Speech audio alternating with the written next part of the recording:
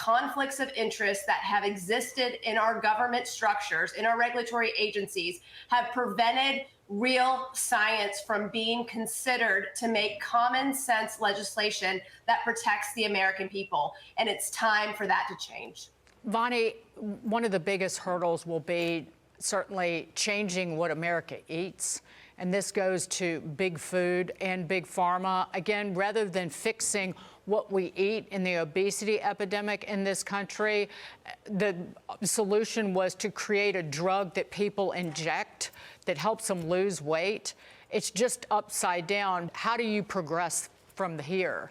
Well, we have some very important things to tackle. And the first thing that I really want to see done is the fact that American food companies have figured out a way to make their products safer and better for citizens overseas using less toxic ingredients, less poisonous ingredients. For example, Fruit Loops here in America that's served in schools across the nation have artificial food dyes that affect children's brains and their learning. But in Korea, India, Australia, Canada, all of Europe, Fruit Loops is made without these artificial food dyes. That's just one example of the bigger problem that American companies are engaging in, which is extremely hypocritical and unethical. Philosophically, are you looking at highlighting these things, warning parents, and going that direction, or are you looking at the government intervening and banning things?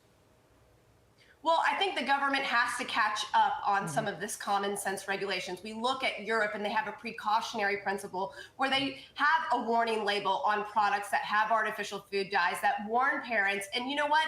When that warning label took effect in 2010, over 15 years ago, the food companies didn't want to put that warning label on their products, so they reformulated. So that's one way to get these companies to act the right way. But the second way is to just educate the public the truth about these additives that have been inundated into our food supply, that have been invented to improve the bottom line of the food industry and not improve our health.